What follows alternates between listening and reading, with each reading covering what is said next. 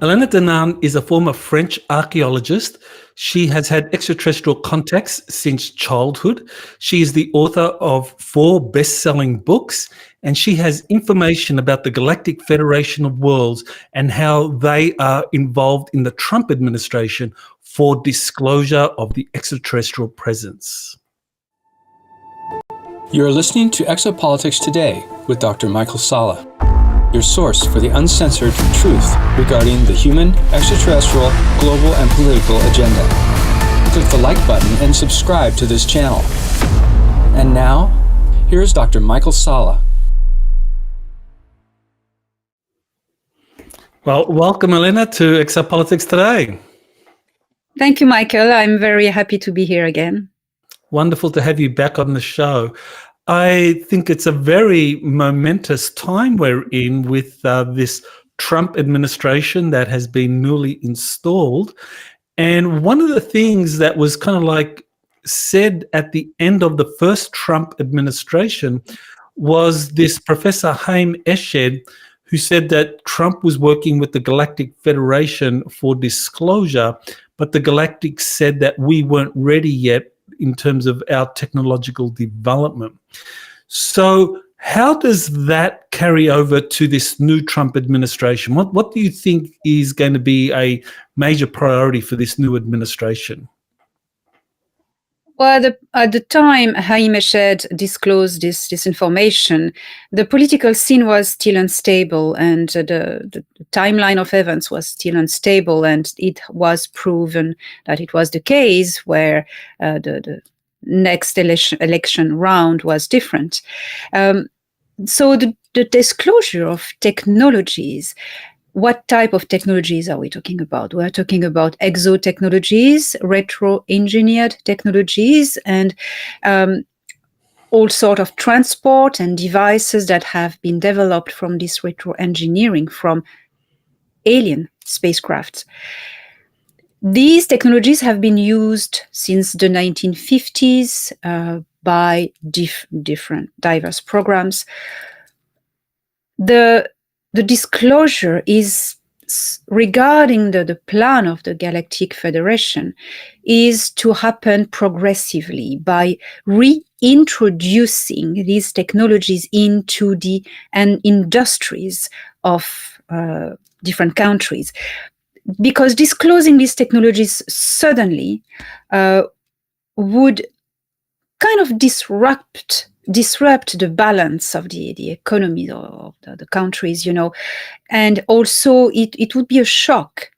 And the purpose is not to create chaos and stress, is to reintroduce this technology. That's what the Federation has decided together with white hat political leaders.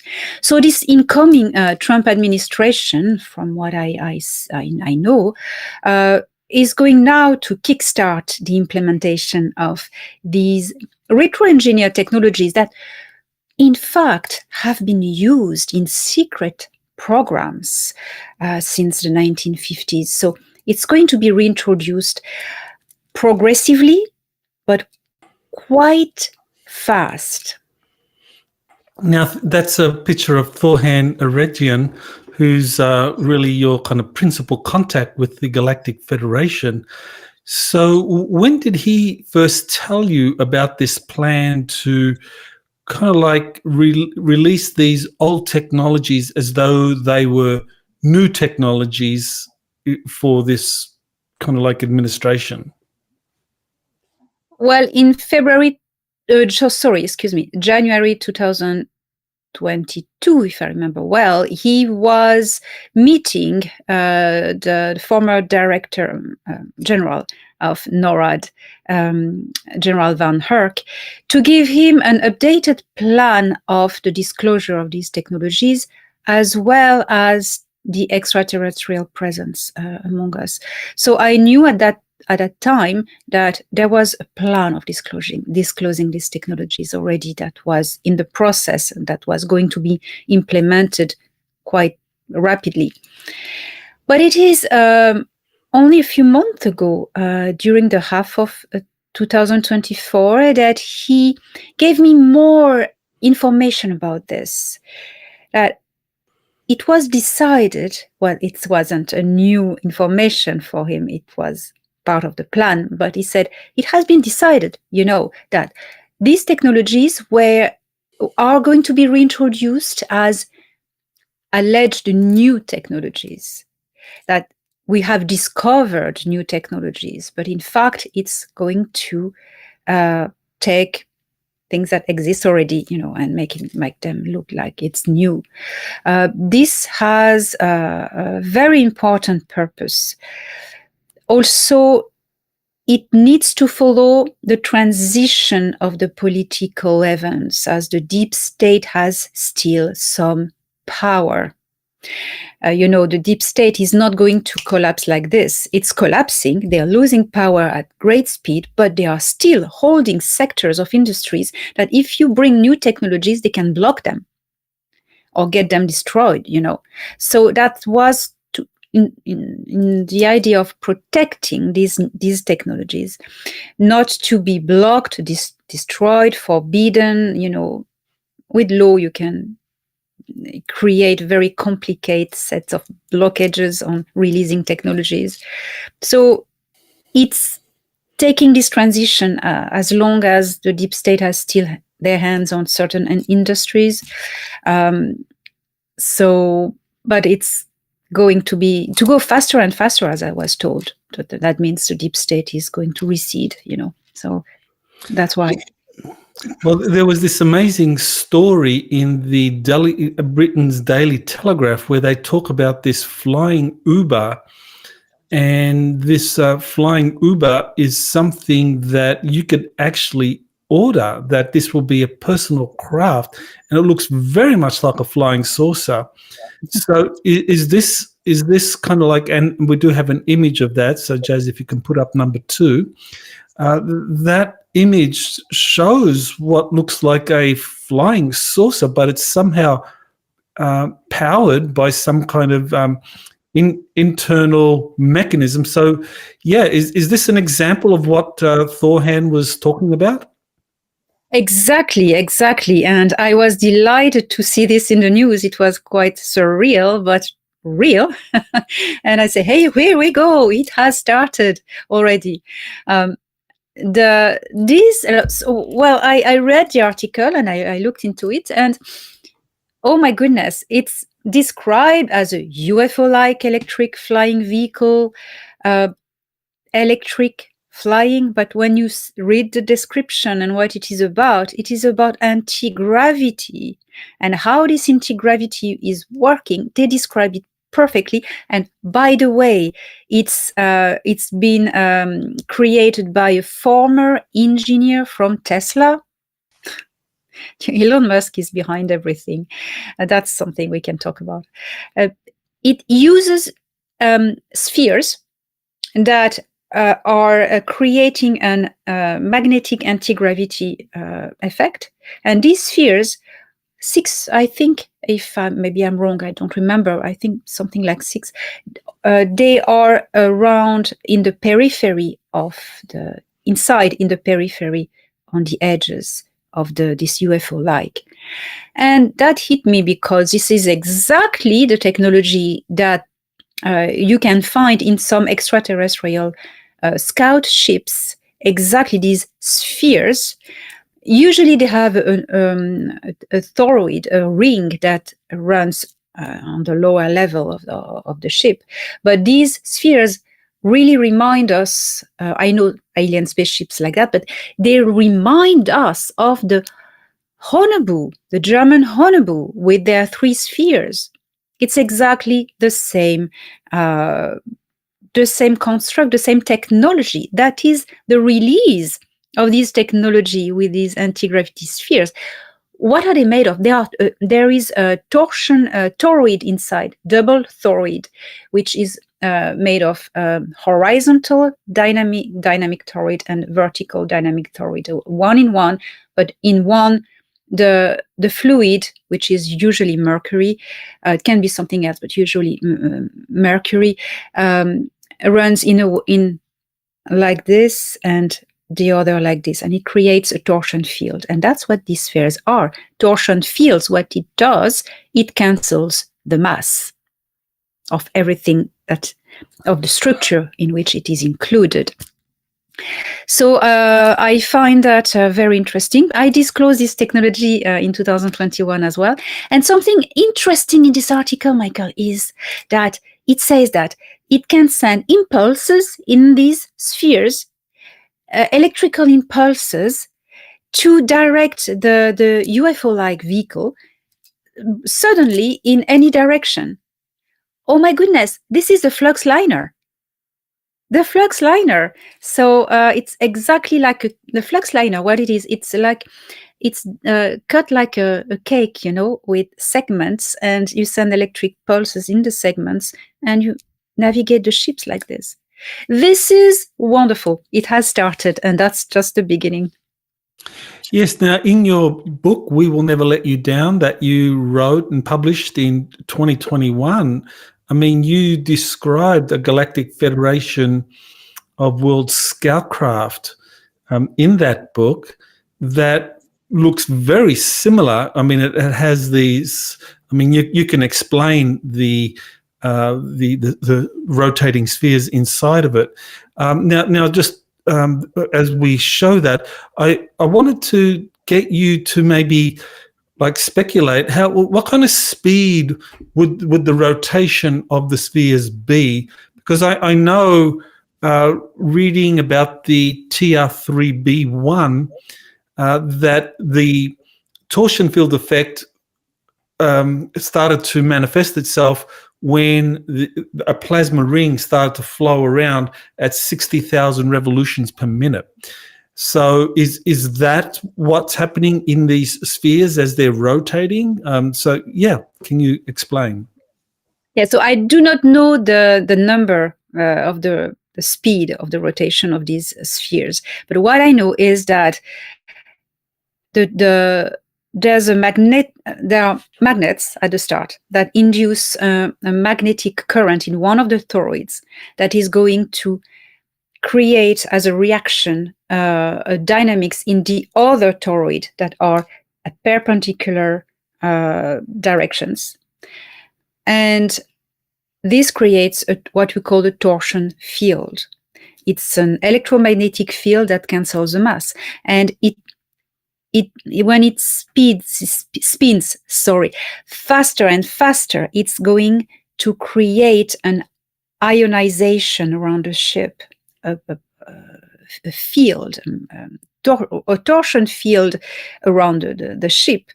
And if, of course, the ship is in an atmosphere with particles of atmosphere, it's going to ionize the particulate atmosphere and create a plasma. So that's when you know that when a spaceship is about to take off, you do not approach, because as it spins its engines faster and faster, the torsion field is created, and it can tear your particles apart if you approach. And that creates a plasma. Sometimes in the night, you can see the spaceships with an orange or green glow, depends on the composition of the atmosphere. And this is the ionized air that is transformed into plasma, created by the charge of the torsion field on the particles. So that's what I can explain. Now, one of the things about these kinds of craft with this kind of torsion field propulsion system that generates an anti-gravity effect is that if you're inside of the craft, the laws of inertia don't apply. So, you want to explain what happens if you're inside of this craft and the craft suddenly shoots off at like 100 G or 1,000 G? I mean, scientists will say, well, you'll be just crushed by the wall. So, what happens with this kind of propulsion system? It's the same system as when you are in a high-speed train. You can walk in it. You have, you can move in it as you wish. You're not just pushed by gravity. The the inside of such a ship has its own gravitational conditions for the habitat. So they generate gravitational field that you can just walk around and don't feel the cancellation of the mass with the speed, because when the mass is cancelled, you don't have friction, so you don't feel the moving through the environment. So I've been many times in these ships since I'm a child. Well, physically, for those who know my background. And I can tell when the ship just takes off, you have no idea that it's taking off. You have no idea that it's moving. Absolutely no sensation. You're like sat in a room. It's very impressive.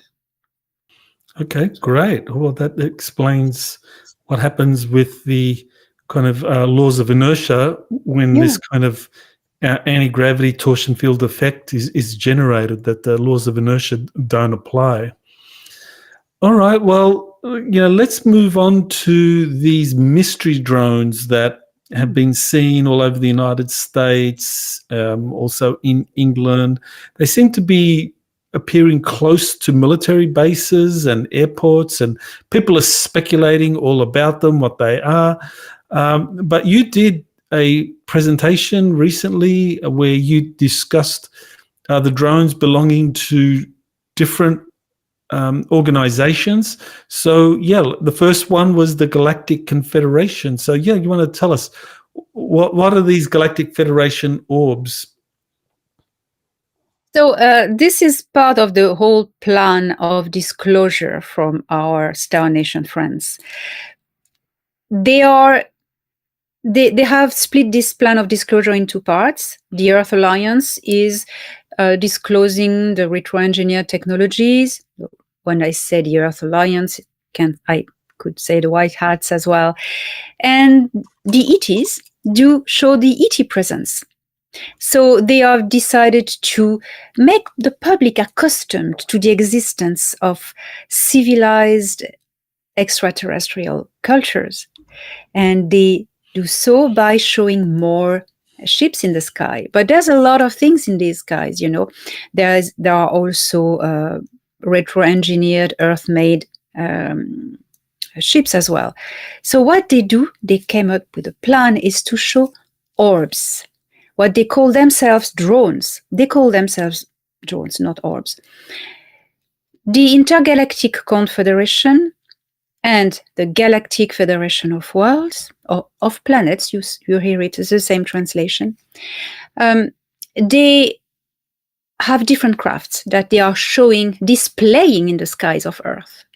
The Intergalactic Confederation, as you show on screen, they are a more advanced civilization and group of civilizations, and they used a technology that is based a lot of using consciousness. And to embed consciousness in technology, the easiest thing to do is to use plasma, to make plasma conscious by polarizing it and creating a pulse in a plasma that is going to be able to entangle with an extraterrestrial consciousness. There's a lot of things out there. So you have this type of orbs which are conscious, and people have had extraordinary experience with seeing these orbs and feeling a presence, communicating with them. That's because it's conscious. And other orbs are drones, remote viewing drones like cameras, that you to just recognition or scout ship little cameras. And these are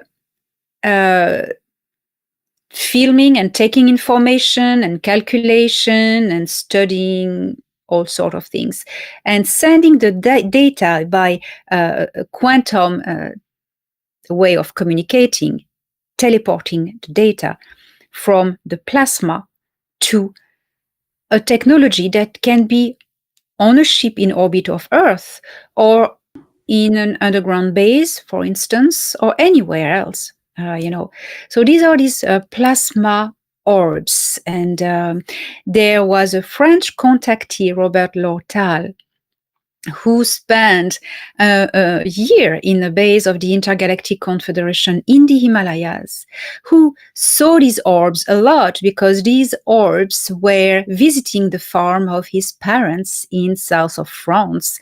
And then he had visitors visiting him in his bedroom for a few months. And then they offered him to come to his base in the to their base in the Himalayas, where we accepted. He was taken on board a spaceship and he spent physically a year there. And there he was shown the other side of these orbs, a device with a screen. And you could see remotely what the orbs were seeing. The orbs stayed at the farm of his parents in France, very far from there. And he could monitor on the screen what was he could hear exactly what was going on. It's incredible he could bring this testimony. Robert Lortel with an orb. And I think this was 1969 or 68, something like that. So this is an old historic case in France. And a book was eventually published about it. And then the monitor that you described, so that's image number 8, Jazz. Yeah, I mean, that's quite remarkable. You want to explain a little more about exactly how that was producing the output of what the orb was seeing? Yeah, so there's a quantum entanglement technology here at play. The orb is teleporting information. It's like a remote viewing camera, like a surveillance camera. It's exactly what it is. And so you could press buttons, he said, to hear the sound or to move the orb, the angle of vision. And he could see it on the screen.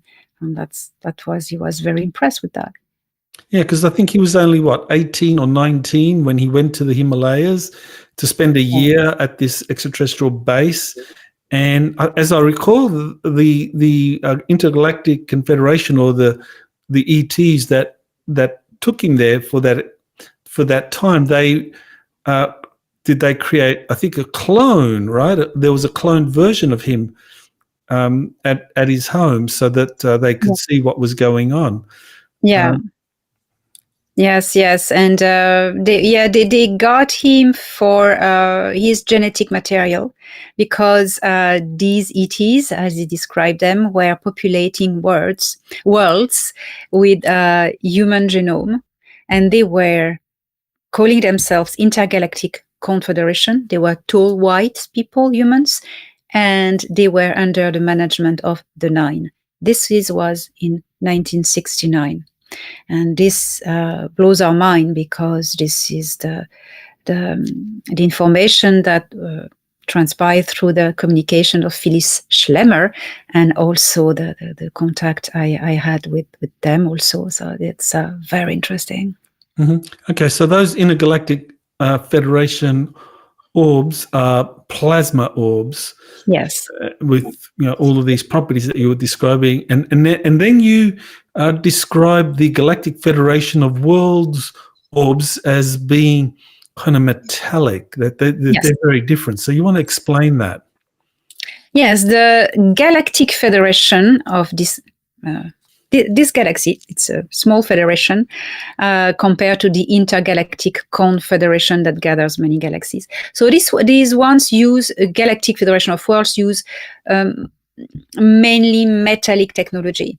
They are less advanced, and they every metallic or solid vehicle you see, it has all chances to be the Galactic Federation of Worlds. Mind you, the Intergalactic Confederation we were talking about just before also has solid ships, right? We were talking only about the drones and the plasma drones, orbs. The Galactic Federation of Worlds that we see here, yes, it's more metallic technologies. Okay, so, but I mean, these Galactic Federation of Worlds orbs, even though they're metallic, they have similar functions. They're used for, I guess,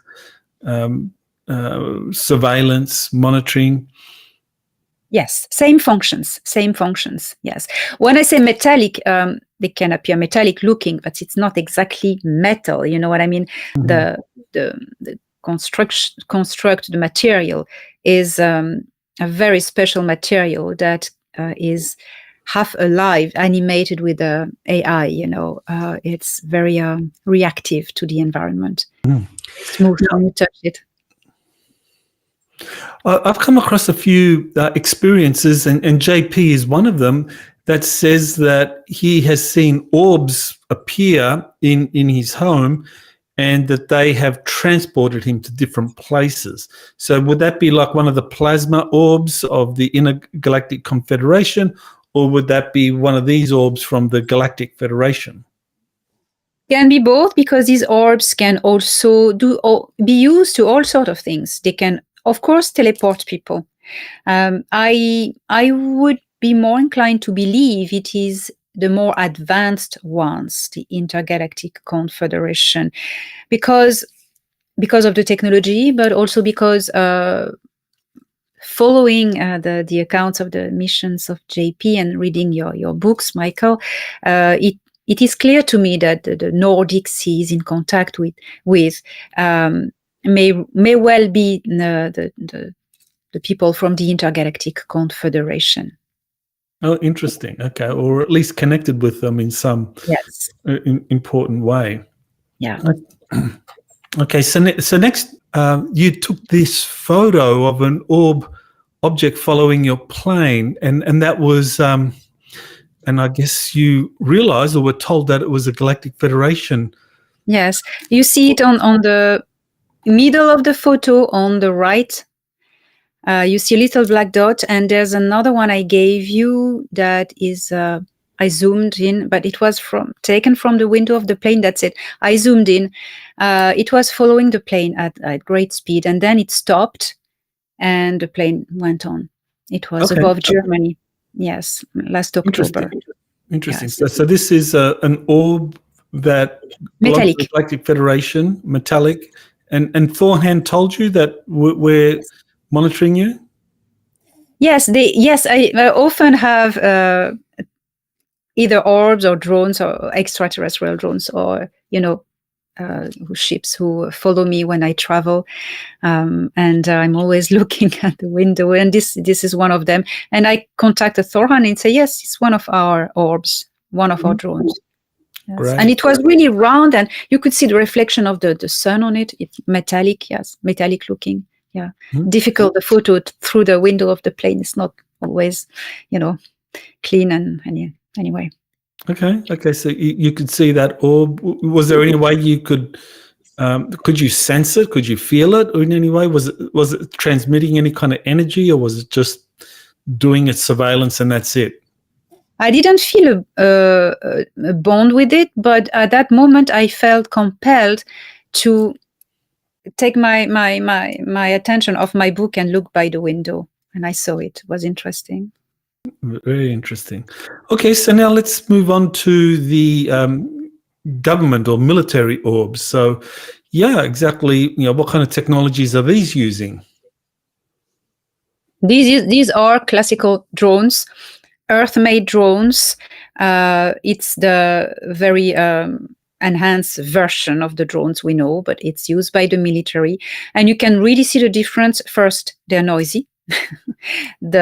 All the spheres and orbs are making no noise, and these do at a certain level, and they have these different lights that light up at night. You see the photo below, and you have extension and arms, and it's never round. It's always different shapes, and sometimes crazy shapes, but you have also these lights, and it doesn't really travel very fast. I mean, yes.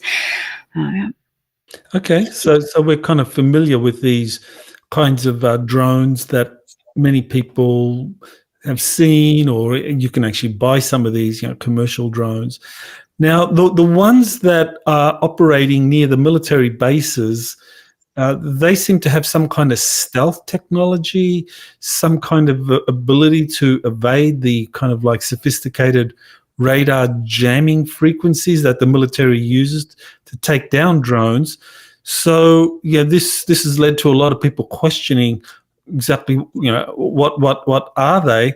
And then you had, on New Year's Day, you had this very strange incident involving a Green Beret, active duty Green Beret, who apparently blew himself up in front of the Trump Tower, but he had sent an email manifesto previously to another military veteran, and they talked about it on the Sean Ryan show. And according to this Green Beret, Matthew Livelsberger, some of the drones that are operating near the military bases, he referred to them as Chinese drones operating with or gravitic propulsion systems.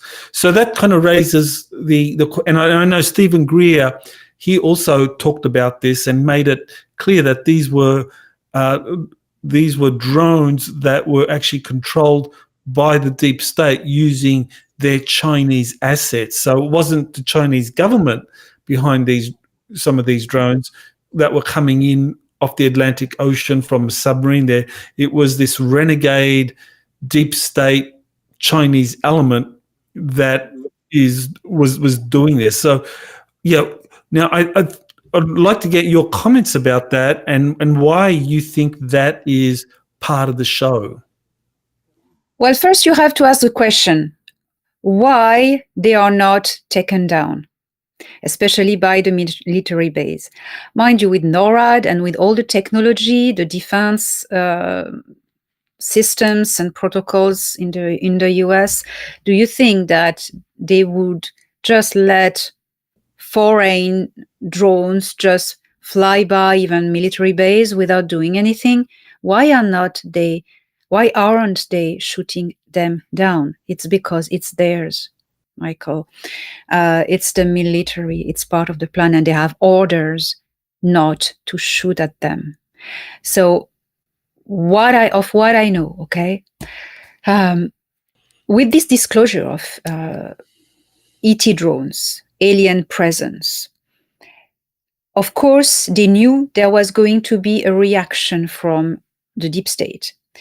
As they always do when there is a disclosure, they muddy the waters, they spread confusion by overwhelming the truth with their own deception.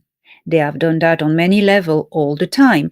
And I've mentioned in one of my podcasts, this poor Billy Meyer, who had a real experience, but some photos were just replaced by a fake UFO that he could be accused of fakery, But it's exactly the same. The deep state is seeing all these ET extraterrestrial drones, that orbs, we are going to call them orbs to make the difference, swarming the skies everywhere, and now we have the cigar shaped as well. So the plan was to swarm the sky with even more drones from their manufacturing, and then people would be confused and the military would be able to say, well, see, it's not ETs, it's Earth-made. Look at that, we've taken them down. Look at that, that's Earth-made. Oh, it's made in China. It's made in Iran or whatever.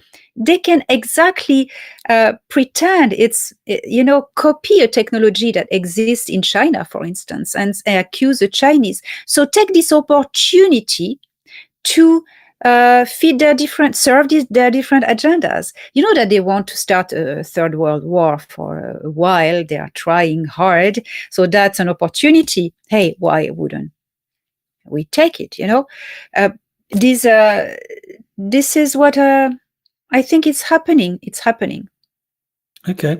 All right. So, the deep state is launching waves of its own drones that are more advanced than commercial drones to kind of obfuscate, confuse people over the genuine orbs that are being launched by the Galactic Federation and the ETs more generally.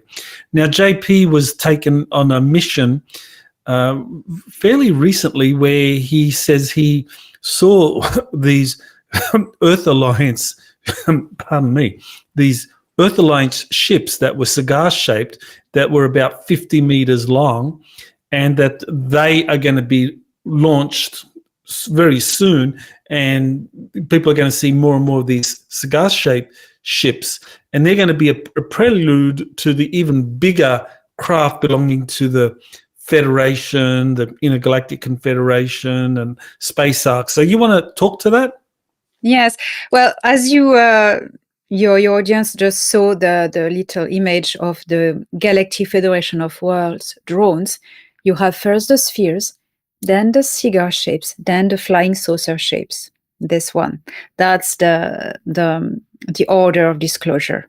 Okay, and what JP was shown on, I remember it was disclosed on your channel on the 14th of December. But in fact, he had this experience before, of course. Like a week or two, maybe 2 weeks later, better, there were all suddenly these cigar-shaped ships appearing in the skies, especially Brazil first, and then there were other places. So what are they? These cigar-shaped ships, I've been in one of them a while ago, a few years ago. They are cargoes. They are cargoes that transport little scout ships, and they use interdimensional jump.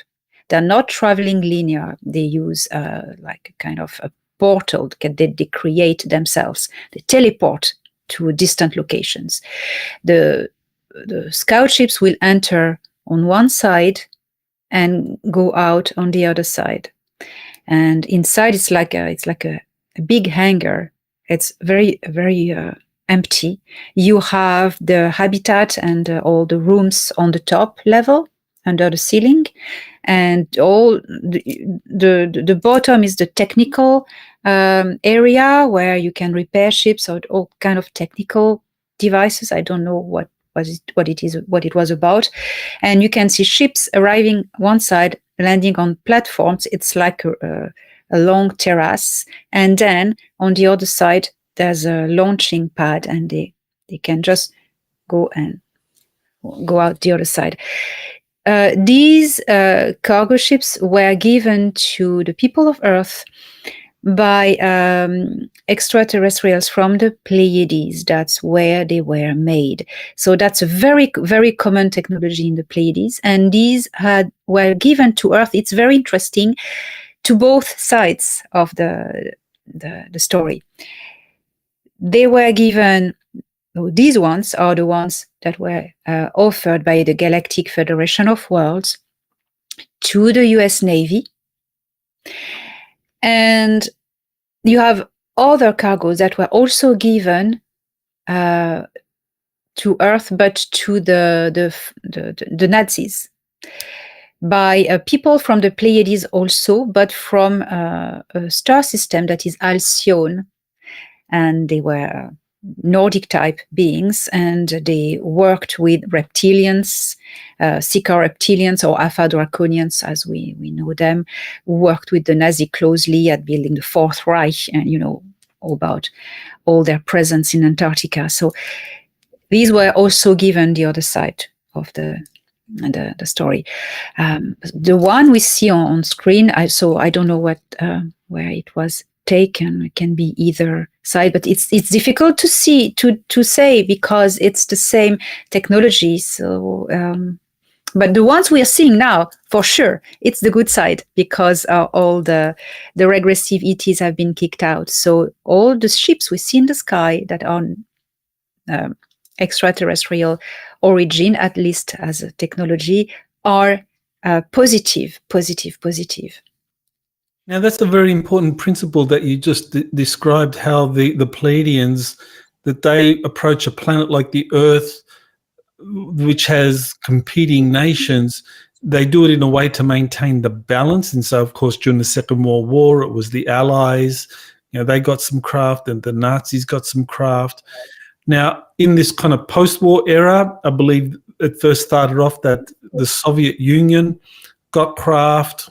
Kraft crashed there, and as did the United States. And Kraft were given, some crashed, and you have some cases like, I know the Aztec UFO case from 1948 is a good example, where the occupant that survived said that another ship would be going to the Soviet Union to do the same thing. So that they were doing the power balance, keeping the power balance. Now, today, it's the United States and China that are the two, like, I guess, the two major nations when it comes to these advanced technologies. So would that mean that craft that are given to the US today, that similar craft would be given to China? Not by the same people, I suppose, but I wouldn't be sure of that. I wouldn't be sure that, when you were talking about balance during the Aztec crash, that was right. But regarding the Second World War and the building of the Fourth Reich, it was competing parties and different group of extraterrestrial from the Pleiades who gave the US Navy and the Nazis different, the same technology. Who gave the US Navy these type of technologies? It was Pleiadians from the Taygeta star system and the Federation, Galactic Federation of Worlds, that was created by the people from the Taygeta star system and Sirius B, and that are mainly managed by these people. Who gave the Nazis this same technology? Pleiadians from Alcyon, a different star system. Alcyon is not part of the Galactic Federation of Worlds because they are dissidents. Now, sometimes it's about balance, like with the Aztec crash. Sometimes it's not. It's competing parties who play with the Earth, different factions like pawns, because they had their wars upstairs, and so they have playing on Earth with, different human parties. So did the Federation give ships to China? I would be skeptical about that. I don't have this information, but when there were these Jupiter agreements in July 2021, you remember, China was not part of the final agreements of building this Starfleet that would look after the star system. And China decided to go rogue and to compete against this alliance that is represented on Earth as the Artemis Accords, So I'm not sure the Federation is giving technology to China. Maybe other entities, but not them. Sorry. Sorry. Yeah, I think that what you mentioned, the Jupiter Accords, is very important because that represented, I thought, a very profound agreement and a consensus by most spacefaring nations that went there, that the US would be the lead nation in coordinating the Earth's nations in interacting with extraterrestrials, disseminating the advanced technologies. But China, as I recall Thorhan has said afterwards, has kind of essentially gone rogue and is not operating within the parameters of that agreement. So does that mean in terms of today, and China is kind of like the main geopolitical rival to the United States, that another group, whether it's the Alcyons or whether it's the Aldebarans or someone else, is now helping the Chinese? I don't think it's... my speculation would be that it's not another regressive faction of ETs, because they've been kicked out of the star system, and the Alcyon they are redeeming at the moment, actually, but they have not been interfering with us since 2021, when, all these ETs were kicked out. What I would speculate is that China got their hands on this technology at one point in history, recent history, and they've retro-engineered them, and they've been helped by regressive ETs before they left. And they are developing, they have intelligence. They can copy what is out there on Earth, in other countries.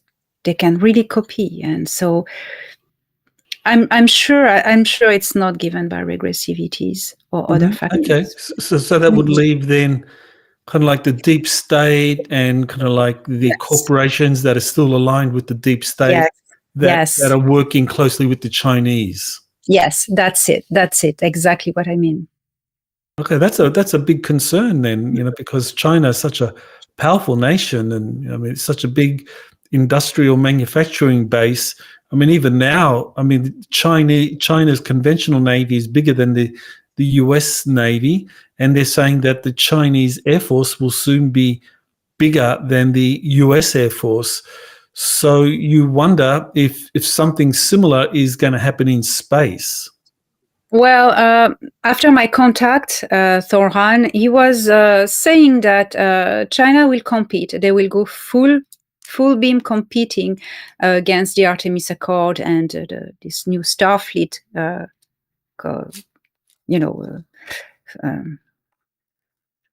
to say, new Starfleet. Right. They would go and compete full beam, but this will lead them to their commercial demise, that they will exhaust themselves financially into this run.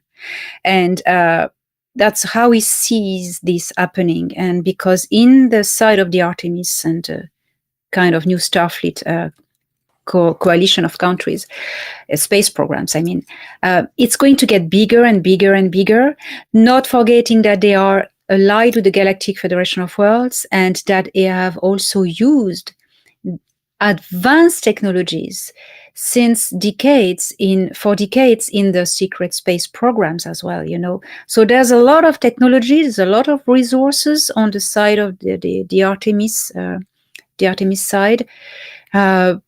And it surely looks like China is threatening, but from a perspective that is taking everything in account, they are not that threatening, and they are going to exhaust themselves. That's how they see it upstairs. That's good to know. Well, we're recording this on January 16, and of course, in 4 days' time, Donald Trump will be inaugurated as the 47th president of the United States. And on January 25, there's going to be a rare planetary alignment. So what is the significance of that planetary alignment, the Trump inauguration, and what's going to be happening in the future? Well, there are planetary alignments very regularly, but there is one just at that moment of the inauguration. In the perfect alignment will be on the 25th, but it starts on the 21st, exactly when the Trump will be inaugurated. This doesn't go unnoticed, because when there is a planetary alignment and 6 planets, 7 with Earth, it's huge. It creates a gravity pull that is extraordinary. And a gravity pull is, gravity and time are interlinked. Time is linear when there is gravity, okay? And the linear timeline where we are on, it impacts it. What it does, it crystallizes it in a way, how it is at that moment. Everything that's happening on all these planets at that same moment, in these gaps of few days, is set into the fabric of space-time, gravity time, as we could say. That is why this inauguration, this election, is so crucial, so important for the future of humanity. Because whoever president, whoever candidate arrived at that moment, he would be the one who would start the new dawn of humanity, the new timeline, in bad or in good. And that's what the run has been about. And Trump arrived, and that's going to be him. And that's going to be the progressive timeline for humanity. And that's it. It's set. So that's what it is important, why it is important. Well, it's certainly very auspicious that Donald Trump has, as of today, it was announced that on Sunday, January 19, Israel and Hamas are going to implement or start a ceasefire agreement where they release hostages and release prisoners and so forth, and that's going to stop the fighting and I think it's such a perfect kind of like prelude to what many hope that the Donald Trump administration will do, which is to actually bring about peace and just, have all of these agreements reached between conflicting parties, because I know that the deep state thrives on conflict, and they have been stopping agreements. But now Trump has won, the deep state was defeated, and so agreements are now going to be implemented, and this is going to be peace, bring about peace on the planet. And that, I think, is a very important harbinger of what the Galactics want us to do, so that they can start showing themselves and share more technology. Yes, exactly. And people will be impressed how fast it's going to go. Yes. And peace is the only ground upon which a progressive future can be built. If there is no peace, you cannot bring new technologies because they are going to be weaponized. So peace is a major requirement. Yes, I think that's very important. Now, Elon Musk, he did a tweet recently where he talked about, where he said that the moon is a distraction and he plans to go straight to Mars. So there's the tweet by this Peter Haig, and there Trump says, Haig talks about, well, let me read it out. There is a long-running debate between the Mars people and the space habitat people. Zubin versus O'Neill, Musk versus Bezos. I have thought for some time now it's essentially futile in the commercial age, because the two camps are no longer competing for a fixed pick of launch. And Musk replied, "No, we're going straight to Mars. The moon is a distraction." So yeah, why is Musk so fixated on getting to Mars? Well, Musk is not against the Artemis project of taking the moon as a landing base to go to Mars. I mean, jump transition point, to go to Mars. He's not opposed to that, but he says it's a waste of time, because why wouldn't we need to stop first on the moon, refuel, and go to Mars? It's because the NASA has corporate agreements with companies to just make a little bit of profit on the way, he says. So he says, let's go first directly to Mars. We can't do that. I can do that. So let's go there first, because why is eager to do that? It's because there's a plan. He's working with the Federation. He's working for the plan of catching up of the technologies, the catching up of the hidden history of the secret space programs. He's been working on this, and he's going to pretend reinventing technologies, but he will disclose them. What is going on Mars? Why so fast? Because it is time that humanity catches up with the normal course of an evolution of a planetary culture. We are late on our evolution, and things have gotten a bit stuck on Earth. And the normal evolution of a planetary culture is to make colonies on other planets and multiply and breed and develop and prosper out into space.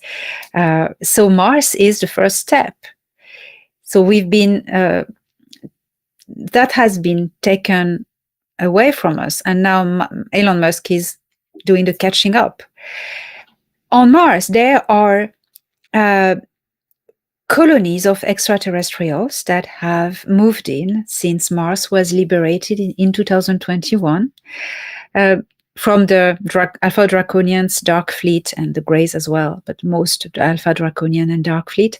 Now Mars was given back to these inhabitants, local peaceful reptilian species and some insectoid clans.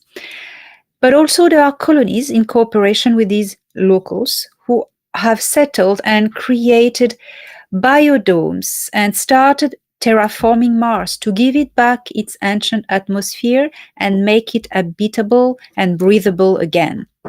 So there's a lot of work of terraforming.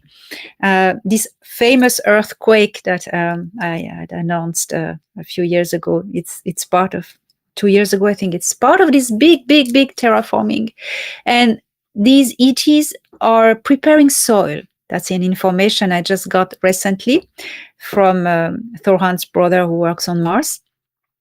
These colonies are preparing habitat and ground and fertile soil to welcome, as they say, the Earth colonies into these facilities that when they arrive, they can straight away cultivate the soil. Up until its liberation in 2021, had been colonized by the Dark Fleet, by the interplanetary corporate conglomerate, and apparently they had built, huge industrial complexes there and military bases there, and that there were like millions of people living on Mars. So we know that Mars had bases that had been created by the Dark Fleet, by the interplanetary corporate conglomerate, where apparently there were millions of people there that were producing all of these advanced technologies for the corporate program, for the Dark Fleet program. And of course, you've described the process whereby the Galactic Federation helped indigenous Martians, the reptilians, the insectoids liberate their planet from the Dark Fleet, from the corporate program. But, what happened to the millions of people there in their big bases? Were they relocated? Are some of them still there in some of those bases that are now controlled by indigenous Martians? And I'm wondering how that might impact Musk's colonization plan. Well, these people were temporarily evacuated during the liberation of Mars. There was a big war. The Federation was involved, and some contingents of the Earth Alliance were involved as well, notably the Solar Warden fleets. When these facilities were liberated from the Martian, the occupation of the Dark Fleet, when it was liberated, locals were allowed to rush in all these installations and just do their marks, and nobody wanted to be there for local reptilians and especially insectoids, tall insectoids, to rush in and just celebrate, And then the Federation said, okay, now it's your planet, it's yours, but may we cooperate with you? So they accept. There were meetings, and they the people were evacuated. Many were brought back as they chose to, and many others were relocated. There was a lot of people. You can't bring them back to Earth. They've never been to Earth, and that would have been really strange, all these people. But there's a reason as well where they weren't brought back to Earth. It's because they were born from at least 3 generations back on Mars, which has different gravity, different atmospheric pressure, different magnetic resonance. And to live on Earth because they were there from few generations, they couldn't physically live on Earth because the gravity and everything is different. So they had already muted into a different branch of humans, So that was the thing as well. When Elon Musk sends the first starships to Mars, and according to Elon Musk and Donald Trump, that's going to happen by 2028. So the first starships are going to land on Mars, or the first manned starships, because they're going to send starships before then. But I think 2026, I think they're going to start sending starships with supplies and so forth to Mars. And then there's going to be the first manned starship missions to Mars, which will establish the colonies. So these colonies that SpaceX develops on Mars, will they essentially kind of like just merge with the human colonists that are there? So it's really not starting new colonies. It's just like rebranding old colonies and say, oh, look what we Ares Prime is the name of this new SpaceX colony there, but Ares Prime has been around for 50 years. That is exactly what is going to happen. Okay. And at one point, Thorhan said to me, are they going to rename Ares Prime to just forget about the past? And finally, they decide to keep the name for memory. So it will be still Ares Prime, but as different colonies are also out there and new ones. Interesting fact, there are Alpha Centaurians who have built colonies recently there. 2-3 years ago, Thorhan was giving me this information that he was accompanying part of a project of accompanying Alpha Centaurian colonist ships to Mars to populate Mars, and in agreements with the local Martians, of course.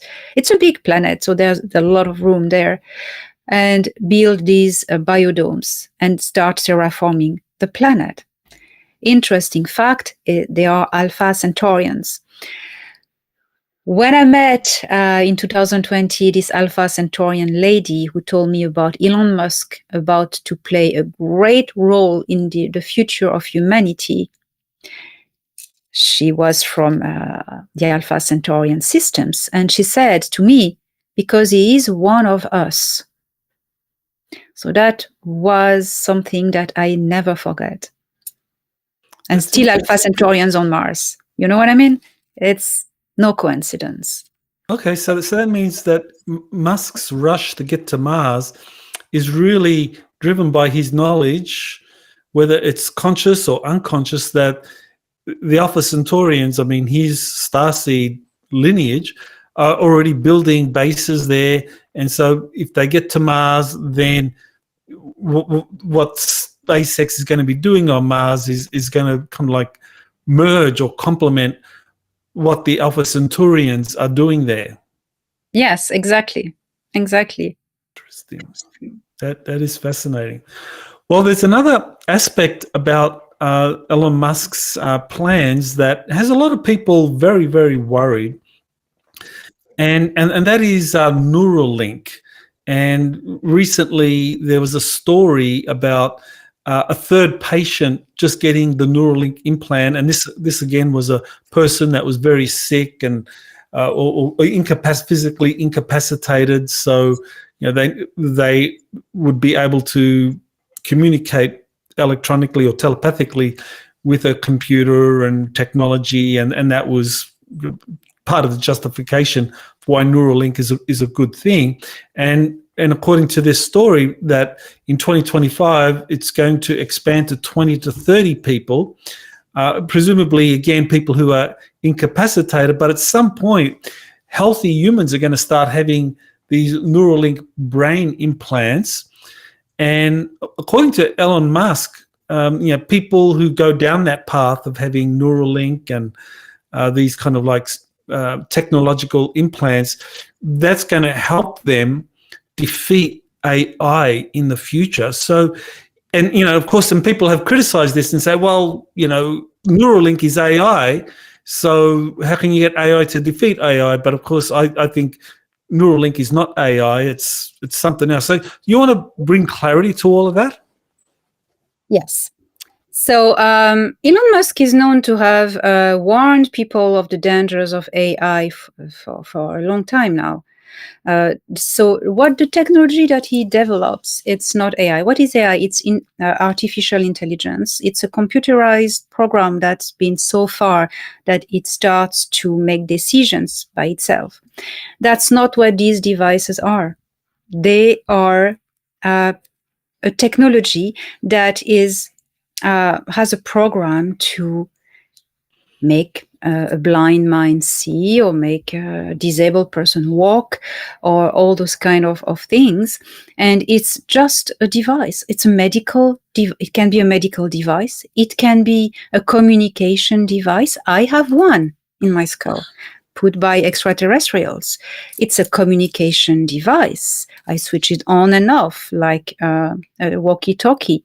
But that's exactly, and it's more advanced than what Elon Musk is offering. What he's offering, why he says it's fighting AI, because this is not AI. Because it doesn't want people to get, unethical organizations to sell device to put in people, whether it's AI, they can control people at distance. That's not what he is doing.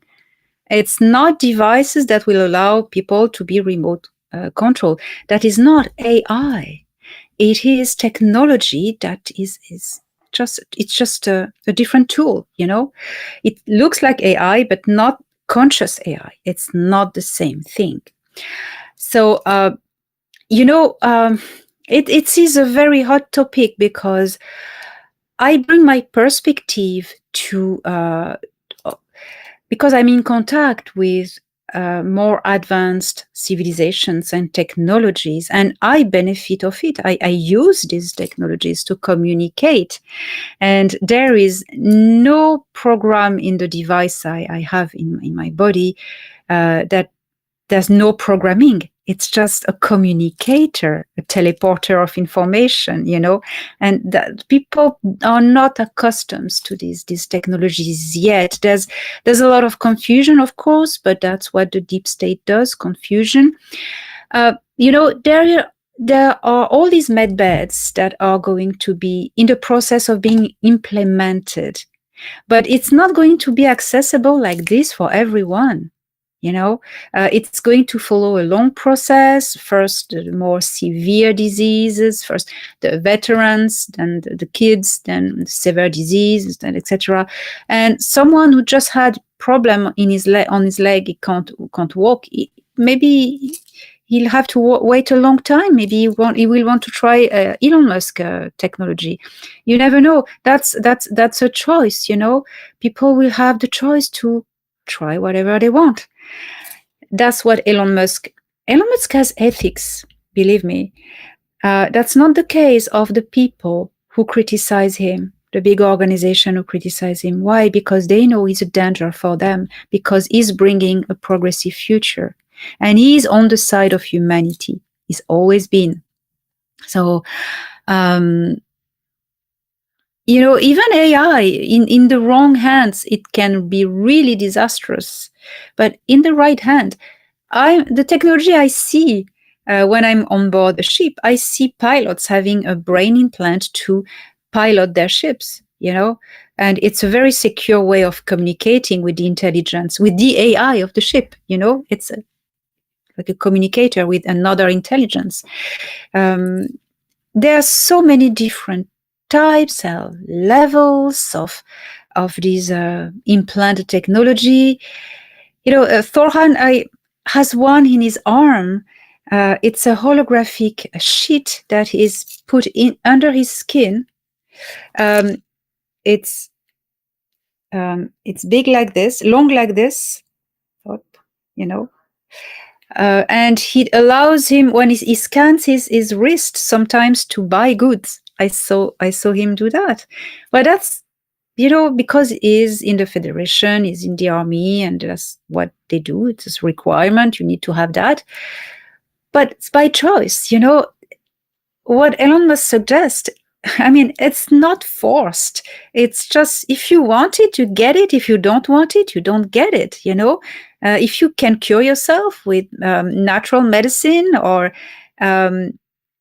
energy work or consciousness work, if you're able to do that, do it.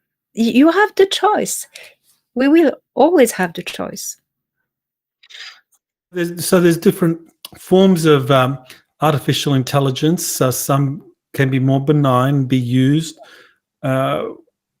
safely, and other AI can be more malign and used by regressive groups for negative purposes. Yeah. Okay, so well, that does make sense, because I mean, like, a gun is something that can be used for, for positive or negative purposes. Absolutely. As I was saying, I have a brain implant, and it's only a communicator. It also has a function of creating a magnetic field around me that protects me. That can it can also create a holographic shield. I have actually a holographic anti-remote viewing shield constantly, but that's a technology that just does that. It has no awareness of itself. It's just like, a screwdriver has no awareness of itself. A walkie-talkie has no awareness of itself. That's a difference. There are different tools. Now, I know you've talked quite a bit about the discovery of a armada of grey hybrids that have been discovered in the Orion Nebula in some kind of interdimensional pocket. Maybe you can explain that, and that there were hundreds of millions of grey hybrids in those craft that were going to be used for some kind of invasion or takeover of Earth that was aborted. So you want to tell us what was involved in this armada and why it's lying stranded somewhere in the Orion Nebula? These hybrids, grey human hybrid, had been produced by the Orion Greys, the Orion group, who included different grey groups, the Betelgeuse A-bands, who made the deal with the MJ12 in 1955, the Zeta Reticuli, and all different types of ETs. They started this program in 1955 of breeding themselves in. They cannot invade a world like this. They breach the prime directive. So what they do, they create a kind of consensus by trying to get the population to consent to be invaded. So they say, oh, we are you from the future. We need a little bit of genetic material. They cry a bit, and the military authorities and the leaders say, yes, of course, take a few people to renew your genetic material. And the Greys, yes, they go, yes, sign here. And you don't mind our business, we don't mind yours, just give us facilities on Earth. And once they were in, that was it. So they start this hybridization program, but abducting about 1 million people every year, even more, millions of people every year, to create mass-produced hybrids. In what purpose? To replace humanity on Earth with these hybrids, to replace them. And these millions of abductees were taken into factories on board ships, and used as breeders. So imagine, hundreds of millions of hybrids have been created. Hundreds of millions. Where were they? Well, when there's been a big operation of cleansing the deep underground military bases and the undergrounds, the Earth Alliance found a lot of facilities with hybrids, but not that big amount. But these hybrids were from different type of experiments. These were performed by the Earth military, the dark programs that were working with the Greys, what we would call the MyLab programs. They would get the Greys to abduct people, or fake Greys also, making people believe it was ETs and get abductees into the military bases, and from there experiment themselves with hybrids. So these ones were rescued. But these ones were not the problem. The problem was, where were all these hundreds of millions of hybrids created since 1955? We didn't know where they were. Well, they were found a few months ago, thanks to the help of the Kili-Tokurt, which is a culture that was formerly associated with the Orion Greys. They said to the Federation, well, in exchange of a few commercial agreements, because they're traders, we give you the location. So they did. And it was behind the Orion Portal Nebula, M42, the Trapezium cluster, center of the former Nebu hive, that they found this interdimensional bubble, like a mini universe. The Greys were able to do that because of the nebula, the vortex of the nebula. It was a very special vortex. They were able to create a bubble to hide them. It was a dimensional bubble, like a parallel universe, very small, with this armada of ships, cargo ships, having all these hybrids, and they were hidden there, waiting the right moment to be brought to Earth and replace the population of Earth that would have been culled or, killed, or God knows why, what. Okay, all right. So that was the plan that the Greys had in terms of having their hybrids brought to Earth and taking over the planet. Now, I did an interview recently with Dr. John Brandenburg, and he also described the failure of the Grey hybrid agenda. But according to his analysis or his view, it was because ultimately they couldn't adapt because the Greys have a copper-based blood, whereas humans have an iron-based blood, and that no matter how much they kind of tried to tinker with the blood of the hybrids, they were always kind of weak and anemic in terms of being on the Earth, and so this led to the failure of the hybrid agenda. So does that make sense, or do you know anything about that?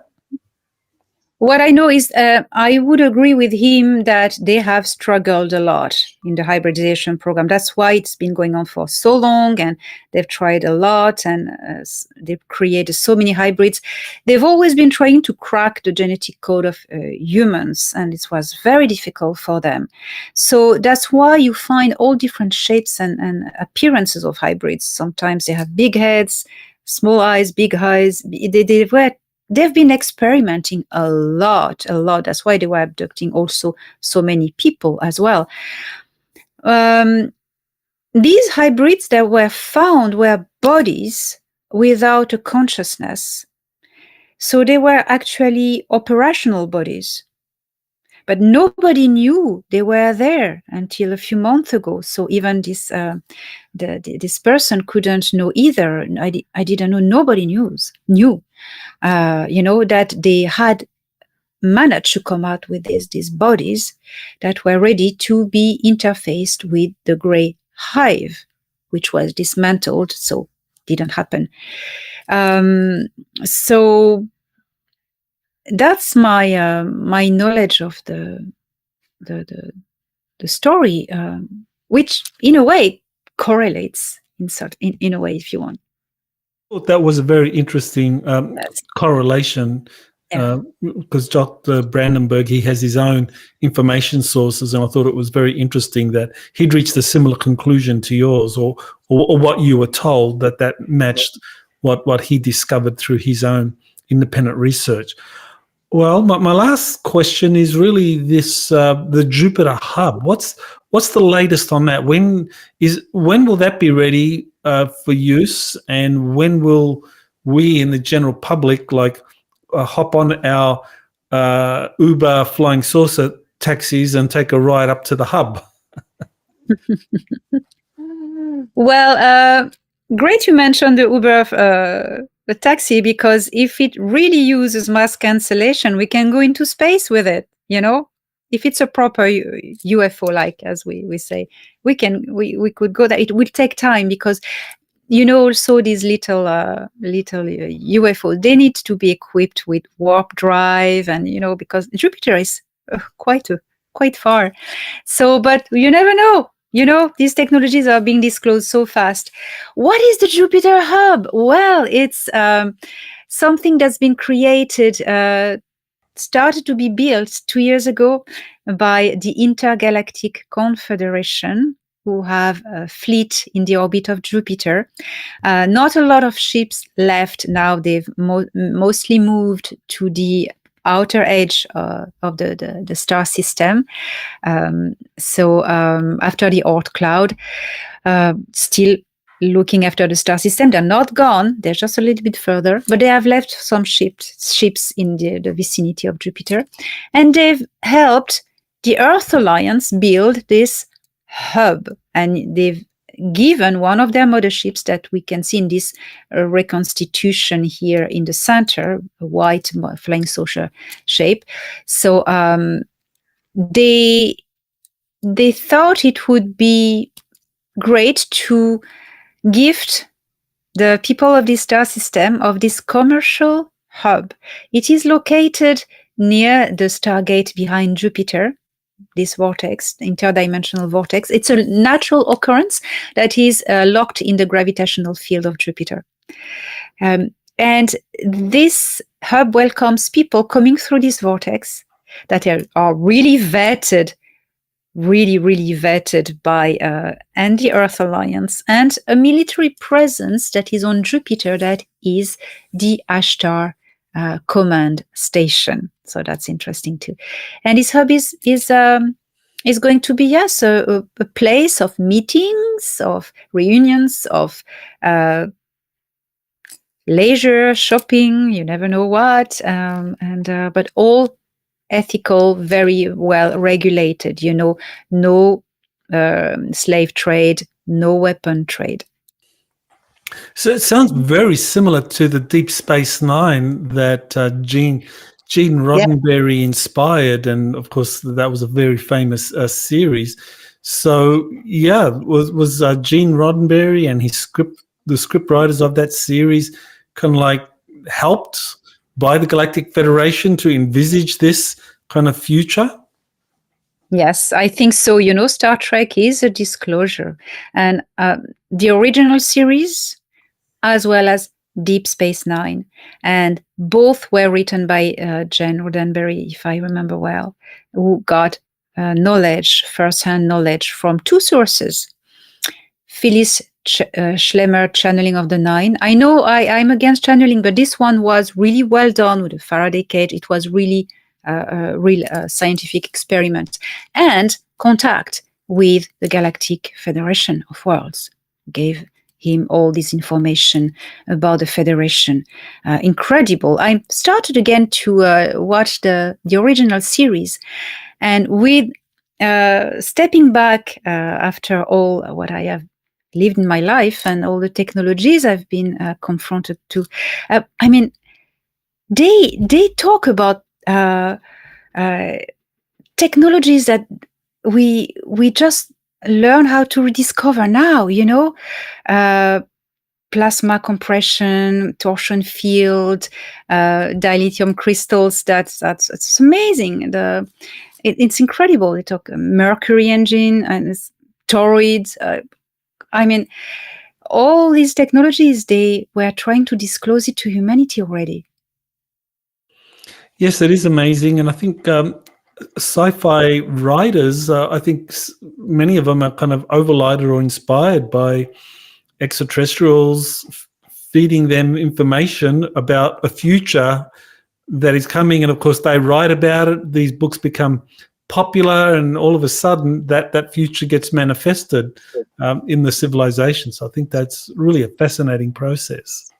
Yeah, and Deep Space Nine is amazing because you have Danaan, who it's fantastic. Danaan made contact again, this second part of the century. Phyllis Schlemmer, and then I was contacted as well, but also did this vortex, and then this hub, and the planet, which is Bajor in Deep Space Nine for the Trekkies now, sequence for the Trekkies. Bajor has just been liberated from reptilian occupation.